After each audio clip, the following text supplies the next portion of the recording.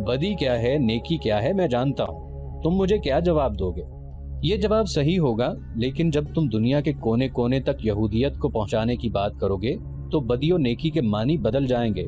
محمد برائی اور بدی کو ختم کر رہا ہے، ہمیں برائی اور بدی پیدا کرنی ہے، مگر ہم خود برے اور بدکار نہیں ہوں گے۔ اگر تم روئے زمین پر پھیلی ہوئی نسل انسانی کو اپنی غلامی کے جہنم میں ڈالنا چاہتے ہو تو غیر یہودیوں کو جنت دکھاؤ، انہیں جنت کی حوریں دکھاؤ، انہیں میٹھی شراب پلاؤ۔ یہ لوگ بدمست حیوان ہیں، ان میں اور زیادہ حیوانیت پیدا کرو۔ یہ مت سوچو کہ اچھا کیا ہے اور برا کیا ہے، یہ دیکھو کہ یہودیت کی حاکمیت کے لیے کیا اچھا ہے، خواہ وہ برا ہی ہو۔ اس نے یوحوا کی طرف دیکھا اور بولا، انہیں بتاؤ یوحوا، انہیں سمجھاؤ۔ یوحوا کے ہونٹوں پر مسکراہٹ آ گئی اور اس نے ایک کہانی سنا دی۔ یہ کہانی چند ماہ پہلے مکہ سے شروع ہوئی تھی۔ یوحوا نے شرم و حجاب کے بغیر سب کو سنایا کہ وہ قریش کے 3 نامور سالاروں خالد، اکرمہ اور صفوان کو اپنے حسن و جوانی کے طلسم میں الگ الگ گرفتار کرنا چاہتی تھی۔ اس نے انہیں آپس میں ٹکرانے کی سوچی تھی، لیکن ان میں سے کوئی بھی اس کے ہاتھ نہ آیا۔ اس نے یہ بھی سوچا تھا کہ وہ تینوں کے دلوں میں اپنے سردار ابو سفیان کی نفرت پیدا کر دے گی، لیکن خالد پتھر ثابت ہوا۔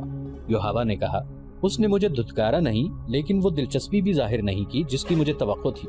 میرا خیال ہے اکرمہ اور صفوان پر خالد کا ہی اثر ہے، یہ تینوں جنگ و جدل کے دل دادا ہیں، اس کے سوا کچھ سوچتے ہی نہیں۔ یوحوا مایوس نہ ہوئی، اس نے اپنی کوششیں جاری رکھی۔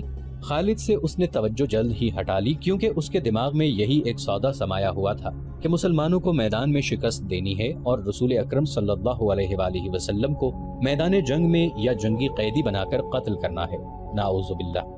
ایک روز یوحوا مکہ سے 4 میل دور ایک گاؤں میں گئی اور دن کے پہلے پہر وہاں سے واپس چلی۔ اس کے ساتھ 2 لڑکیاں اور 3 آدمی تھے، وہ سب یہودی تھے اور 2 گھوڑوں والی گاڑی پر سوار تھے۔ ابھی آدھا رستہ بھی طے نہیں ہوا تھا کہ صحرائی آندھی آ گئی جو ریت کے ٹیلوں کو اڑا لے جاتی ہے۔ ایک تو اس کی رفتار اتنی تیز ہوتی ہے کہ تنومند آدمی بھی پاؤں جما کر کھڑا نہیں رہ سکتا، اگر جسم کا کوئی حصہ ننگا رہ جائے تو ریت اتنی زور سے ٹکراتی ہے کہ کھال اترتی محسوس ہوتی ہے۔ اونٹ گھوڑے بے قابو ہو کر بھاگ اٹھتے ہیں۔ اچانک ریت کی ایک دیوار جو زمین سے آسمان تک پہنچی ہوئی تھی بڑی تیزی سے آئی اور ان یہودیوں کی گھوڑا گاڑی کو اس دیوار نے نگل لیا۔ فضا لال ہو گئی، ریت کے تھپیڑے اتنی زور سے پڑنے لگے جیسے بحری طوفان میں موجیں اٹھ اٹھ کر کشتی میں پڑتی ہیں اور کشتی کو پٹختی ہیں۔ ٹیلے جڑوں سے اکھڑنے لگے۔ صحرائی آندھی میں رک کر کھڑے ہو جانا بہت ہی خطرناک ہوتا ہے۔ ریت اس طرح جسم سے ٹکرا کر وہیں اکٹھے ہونے لگتی ہے جیسے کوئی بیلچے سے ریت پھینک رہا ہو۔ کچھ دیر بعد وہاں ریت کی اونچی ڈھیری بن جاتی ہے اور اس میں ایک انسان دفن ہو جاتا ہے، مگر وہ زندہ نہیں رہ سکتا۔ آندھی ہمارے پہلو کی طرف سے آئی تھی، یوحوا نے سنایا۔ گھوڑے ریت سے لدے ہوئے جھکڑ برداشت نہ کر سکے اور بے لگام ہو گئے۔ انہوں نے اپنا رخ آندھی کے رخ کے مطابق کر لیا اور سرپٹ دوڑ پڑے۔ آگے چھوٹے بڑے گڑھے آ گئے۔ گھوڑا گاڑی بڑی زور سے اچھلتی ڈولتی اور بے لگام گھوڑوں کے رحم و کرم پر اڑی جا رہی تھی۔ گاڑی کے اندر اس قدر ریت آ رہی تھی کہ اپنا آپ بھی نظر نہیں آیا تھا۔ ایک جگہ گاڑی کے ایک طرف کے پہیے گڑھے میں چلے گئے یا دوسری طرف کے پہیے اونچی جگہ چڑھ گئے۔ گاڑی ایک طرف سے اتنی اوپر اٹھ گئی کہ اس کا پہلو کے بل گرنا یقینی تھا، لیکن گاڑی نہ گری۔ اسے اتنا سخت جھٹکا لگا کہ میں جو اس طرف بیٹھی تھی لڑک کر باہر جا گری۔ گاڑی آگے نکل گئی، میں قلع بازیاں کھاتی رہی۔ سنبھل کر اٹھی اور اپنے ساتھیوں کو پکارا، مگر آندھی کے زناٹوں اور اس کی چیخوں میں اپنی آواز مجھے بھی مشکل سے سنائی دے رہی تھی۔ میرے ساتھ گاڑی میں جو بیٹھے تھے انہوں نے شاید مجھے گرتے نہیں دیکھا تھا، اگر دیکھا تھا تو ان میں سے کسی میں اتنی ہمت نہ تھی کہ میرے پیچھے اود آتا تاکہ میں تنہا نہ رہتی۔ میں اتنی خوفزدہ کبھی نہیں ہوئی تھی اور میں کبھی ایسی خوفناک آندھی میں بھی نہیں پھنسی تھی۔ آندھی میں کچھ نظر نہیں آتا تھا، میرے نیچے کوئی راستہ نہیں تھا۔ مجھے یہ بھی معلوم تھا کہ گھوڑے صحیح راستے سے ہٹ کر نہ جانے گاڑی کو کس طرف لے آئے تھے۔ میں چہرے پر کپڑا ڈالے آندھی کے رخ میں جا رہی تھی، پاؤں جمتے نہیں تھے۔ یوحوا کو آندھی دھکیلتی جا رہی تھی۔ اچانک آندھی کی چیخیں بہت ہی بلند اور ڈراؤنی ہو گئیں۔ یوحوا پہلے نیچے گئی، وہ گھاٹی تھی جو وہ آندھی کے زور پر اتر گئی تھی۔ پھر وہ ایک دیوار سے ٹکرائی، یہ ریتلی مٹی کی دیوار تھی۔ یوحوا اس پر ہاتھ رکھ رکھ کر آگے چلتی گئی۔ یہ نشیبی جگہ تھی جس میں مٹی کے ٹیلے اور ٹنڈ منڈ سے صحرائی درخت بھی تھے۔ یہاں آندھی کی چیخیں ایسی ہو گئی تھیں جیسے بہت سی عورتیں چیخ چلا رہی ہوں۔ بعض چیخیں آندھی کی لگتی ہی نہیں تھیں، یہ انسانوں کی بھی نہیں لگتی تھیں، وہ چڑیلوں یا درندوں کی معلوم ہوتی تھیں۔ یہ یہودی حسینہ جو اپنے آپ کو نڈر اور دلیر سمجھتی تھی خوف سے رو پڑی۔ وہ جانتی تھی کہ آندھی تھم جائے گی، لیکن وہ یہ بھی جانتی تھی کہ کسی کے ہاتھ چڑھ گئی تو وہ اسے اس کے گھر نہیں اپنے گھر لے جائے گا، اور یہ بھی ہو سکتا تھا کہ کوئی اسے خراب کر کے قتل کر جائے۔ رات آ رہی تھی، بھیڑیوں کا خطرہ الگ تھا۔ کوئی اور خطرہ ہوتا تو یہ خطرہ موجود تھا کہ وہ مکہ کے راستے سے بھٹک آئی ہے۔ صحرا میں راستے کی تلاش ناممکن ہوتی ہے۔ بھٹکے ہوئے مسافر کا انجام موت ہوتا ہے۔ وہ تھکن سے نہیں، پیاس سے مرتا ہے۔ اسے اونٹ کے بڑبڑانے کی آواز آئی۔ اس کی دہشت زدگی بڑھ گئی، لیکن اسے آندھی کی آواز سمجھ کر اس نے دل کو تسلی دی۔ اسے کچھ بھی نظر نہیں آ رہا تھا۔ وہ مٹی کی دیوار پر ہاتھ رکھ رکھ کر جا رہی تھی۔ یہ دیوار بہت بڑا ٹیلا تھا جو آگے جا کر گھوم گیا۔ اونٹ کی آواز ایک بار پھر سنائی دی۔ اب یہ آواز بہت قریب سے آئی تھی، اتنی قریب سے کہ یوحوا رک کر پیچھے ہٹ آئی۔ اب اسے شک نہ رہا، یہ اونٹ ہی کی آواز تھی۔ اونٹ اکیلا نہیں ہو سکتا تھا، 2-3 آدمیوں کا وہاں ہونا ضروری تھا۔ یہ آدمی اس کے ہمدرد تو نہیں ہو سکتے تھے۔ وہ گناہ اور بدی کا دور تھا۔ یوحوا نے وہاں سے بھاگنے کا ارادہ کیا، لیکن کس طرف، کہاں؟ وہاں کوئی پناہ نہیں تھی۔ آندھی ٹیلوں اور خشک درختوں کے درمیان سے گزر کر ہیبت ناک چیخیں پیدا کر رہی تھی۔ یوحوا کے پاؤں جیسے زمین نے جکڑ لیے تھے۔ اسے اپنے ان آدمیوں پر غصہ آنے لگا جن کے ساتھ وہ گھوڑا گاڑی میں جا رہی تھی۔ انہیں اتنا بھی پتہ نہ چلا کہ وہ گاڑی سے گر گئی ہے۔ کوئی طاقت تھی جو اسے دھکیل کر ایک طرف لے گئی۔ وہاں سے دیوار کی طرح سیدھا کھڑا ٹیلا اندر کو چلا گیا تھا۔ یہ بڑی اچھی اوٹ تھی، وہ آندھی کے تھپیڑوں سے محفوظ ہو گئی۔ وہاں 3-4 گز دور تک وہ دیکھ بھی سکتی تھی۔ اسے اونٹ نظر نہیں آ رہا تھا۔ دیوار کے ساتھ ساتھ وہ اور اندر آ گئی تو ایک غار کا دہانہ دکھائی دیا، لیکن اس نے اندر جانے کی جرت نہ کی۔ وہ رک گئی۔ اندر آ جاؤ، اسے ایک آدمی کی آواز سنائی دی۔ باہر کیوں کھڑے ہو بھائی، اندر آ جاؤ۔ یوحوا کی بے اختیار چیخ نکل گئی اور وہ پیچھے کو دوڑی۔ جوں ہی وہ اس اوٹ سے باہر نکلی، آندھی نے اس کے اوپر اس طرح ریت پھینکی جیسے کسی نے بیلچے سے پھینکی ہو۔ یوحوا گھبرا کر پیچھے کو ہٹی۔ ایک آدمی جو پیچھے سے آیا تھا اس کے سامنے آن کھڑا ہوا۔ او، تم عورت ہو؟ اس آدمی نے پوچھا۔ اکیلی ہو؟ تم اکیلی نہیں ہو سکتی، میرے ساتھ 4 آدمی ہیں۔ یوحوا نے اپنا چہرہ اوڑھنی میں چھپا کر کہا۔ ان کے پاس گھوڑے ہیں، ان کے پاس تلواریں اور برچھیاں ہیں۔ کہاں ہیں وہ؟ اس آدمی نے کہا۔ تم ان سے الگ ہو کر ادھر کیوں آئی تھیں؟ انہیں ادھر لے آؤ، بڑا اچھا غار ہے، ہم سب آسانی سے اس میں بیٹھ سکیں گے۔ یوحوا وہاں سے نہ ہلی۔ اس آدمی نے اسے 3 بار کہا کہ وہ ان آدمیوں کو ساتھ لے آئے، لیکن یوحوا کی زبان بند ہو گئی تھی۔ اس آدمی نے جھپٹا مار کر یوحوا کی اوڑھنی کھینچ لی۔ تم اس یہودی کی بیٹی نہیں ہو؟ اس آدمی نے پوچھا اور یوحوا کے باپ کا نام لے کر بولا۔ تم اکیلی ہو؟ ہاں، میں اکیلی ہوں، یوحوا نے روتی ہوئی آواز میں کہا۔ مجھ پر رحم کرو۔ یوحوا نے اسے بتا دیا کہ یہاں کس طرح پہنچی ہے۔ میرے ساتھ آؤ، اس آدمی نے کہا اور یوحوا کا بازو پکڑ کر اسے اپنے ساتھ لے چلا۔ ذرا رکو، یوحوا نے کہا۔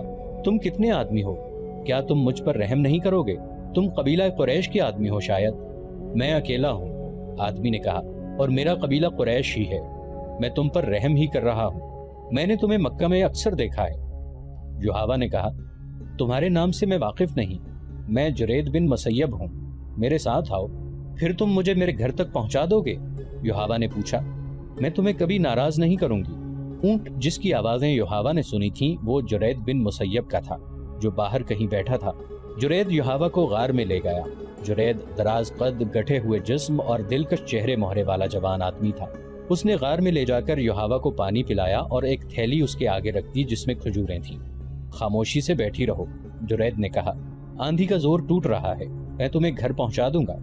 ذرا خاموش رہ کر اس نے یوحوا سے پوچھا، تم نے یہ کیوں کہا تھا کہ میں تمہیں ناراض نہیں کروں گی؟ تم مجھے گھر پہنچانے کا معاوضہ لوگے؟ یوحوا نے کہا، میں اور کیا معاوضہ دے سکتی ہوں؟ میں کوئی معاوضہ نہیں لوں گا۔ جرید نے کہا، میں ان میں سے نہیں ہوں، اگر میں نے تمہیں کسی سے لڑ کر چھینا ہوتا تو تم میرا انعام ہوتی، مگر تم نے مجھ سے رحم مانگا ہے، رحم کرنے کا معاوضہ کون لیتا ہے؟ یوحوا اس کے منہ کی طرف دیکھتی رہی۔ جرید بن مسیب لیٹ گیا۔ یوحوا نے اس کے ساتھ کچھ باتیں کی۔ تھوڑی دیر بعد اسے یقین ہو گیا کہ جرید کی نیت میں خرابی نہیں ہے، وہ تو اس کے ساتھ کھل کر بات بھی نہیں کرتا تھا۔ یوحوا پریشان ہو گئی۔ جرید، یوحوا نے پوچھا، کیا میں خوبصورت نہیں؟ کیا تم مجھے پسند نہیں کرتے؟ جرید نے قہقہا لگایا مگر بولا کچھ بھی نہیں۔ تم کیوں ہنسے ہو؟ یوحوا نے پوچھا۔ میں تمہاری ہنسی سے ڈر گئی ہوں۔ خدا کی قسم تم بہت خوبصورت ہو، جرید نے کہا۔ تم میری پسند کی لڑکی ہو۔ لیکن جس طرح اور جس جگہ تم مجھے ملی ہو یہ مجھے پسند نہیں۔ میری مردانگی کو مت للکارو۔ تمہارا جسم مجھے بہت اچھا لگتا ہے، لیکن میرے دیوتا مجھ پر لعنت بھیجیں گے کہ میں نے مصیبت میں پھنسی ہوئی لڑکی کا ہاتھ پکڑا اور اس کے جسم کو اپنا انعام سمجھ لیا۔ جرید پھر خاموش ہو گیا۔ یوحاوا کے دل سے خوف نکلتا چلا گیا اور جرید اسے بڑا ہی خوبصورت نظر آنے لگا۔ میں نے جرید کو مکہ میں کئی بار دیکھا تھا۔ یوحاوا نے کعب بن اسد کے گھر میں سب کو یہ کہانی سناتے ہوئے کہا، لیکن میں نے کبھی اس کی طرف کوئی توجہ نہیں دی تھی۔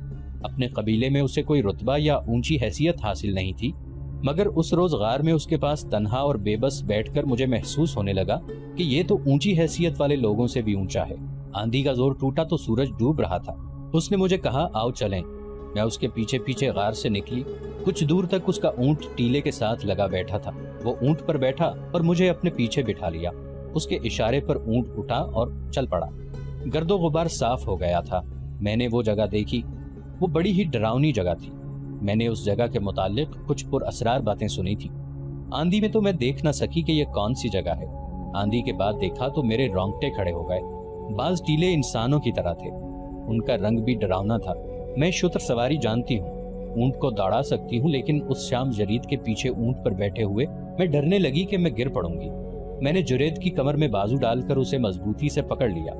مجھ میں یہ احساس بیدار ہو گیا تھا کہ میں بڑی ہی کمزور لڑکی ہوں اور جرید بن مسیب میرا محافظ ہے۔ آپ کو یہ تو معلوم ہے کہ میں اپنے مذہب کے لیے کیا کر رہی ہوں، لیکن آپ کو یہ معلوم نہیں ہوگا کہ اس راستے پر مجھے میرے باپ نے ڈالا ہے۔ یوحاوا نے انہیں بتایا کہ جب اہل قریش بدر میں مسلمانوں کے ہاتھوں شکست کھا کر آئے تو ان کی عورتوں نے بازو لہرا لہرا کر بین کیے تھے۔ یوحاوا کا باپ کٹر یہودی تھا۔ قریش کی شکست پر اس کے آنسو نکل آئے تھے۔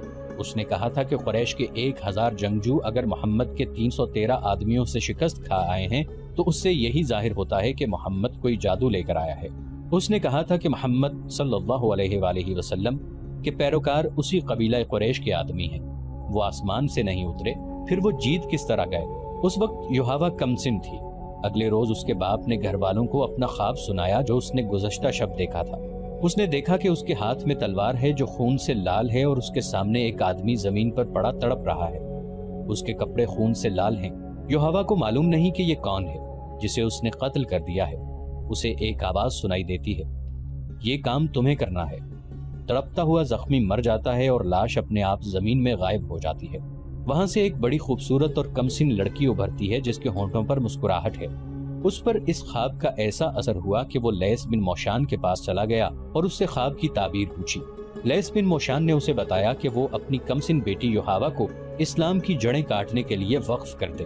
اس بوڑھے یہودی جادوگر نے یہ پیشن گوئی بھی کی تھی کہ جس نے نبوت کا دعویٰ کیا ہے، یعنی نبی کریم صلی اللہ علیہ وآلہ وسلم، وہ اس لڑکی کے ہاتھوں قتل ہوں گے یا یہ لڑکی ان کی نبوت کے خاتمے کا ذریعہ بنے گی۔ اس نے یوحاوا کے باپ سے یہ بھی کہا تھا کہ وہ یوحاوا کو اس کے پاس لے آئے۔ یوحاوا کو لیث بن موشان کے حوالے کر دیا گیا۔ میں نے اس لڑکی کی تربیت کی ہے۔ لیث بن موشان نے یوحاوا کی بات کاٹ کر کہا، خدائے یہودا نے اسے جو حسن اور جو جسم دیا ہے یہ ایک دلکش تلوار ہے، یا اسے بڑا میٹھا زہر سمجھ لیں۔ اس نے قریش کو مسلمانوں سے ٹکرانے میں جو کام کیا ہے وہ تم میں سے کوئی نہیں کر سکتا۔ چھوٹے چھوٹے قبیلوں کے سرداروں کو اس لڑکی نے قریش کا اتحادی اور محمد صلی اللہ علیہ وآلہ وسلم کا دشمن بنایا ہے۔ اب اس نے محمد کے قتل کا جو انتظام مجھ سے کرایا ہے وہ اسی سے سنو۔ یوحاوا نے سنایا کہ لیث بن موشان نے اس میں ایسی جرت اور ایسی عقل پیدا کر دی ہے کہ وہ مردوں پر اپنے حسن کا جادو چلانے کی ماہر ہو گئی ہے۔ حسین لڑکی ہوتے ہوئے اس میں مردوں جیسی جرت آ گئی تھی، لیکن اس کا استاد اسے یہ نہ بتا سکا کہ جس نئے عقیدے کو روکنے کا اور جس شخصیت کے قتل کا انہوں نے ارادہ کر رکھا ہے وہ عقیدہ خدا نے اتارا ہے، اور اس شخصیت کو خدا نے اس عقیدے کے فروغ کے لیے رسالت عطا کی ہے۔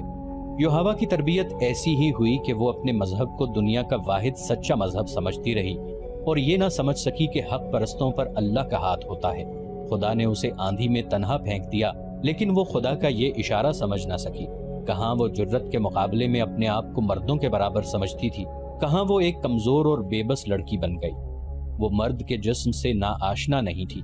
جرید بن مسیب کا جسم بھی ایک مرد کا ہی جسم تھا، لیکن اس جسم کو وہ مقدس اور پاک سمجھنے لگی اور جرید اسے فرشتہ لگنے لگا۔ وجہ یہ تھی کہ وہ اس کے حسین چہرے، ریشم جیسے بالوں اور دلکش جسم سے ذرا بھی متاثر نہ ہوا تھا۔ یوحاوا پر جرید کے اس رویے کا یہ اثر ہوا کہ وہ جرید کے جسم میں کشش محسوس کرنے لگی۔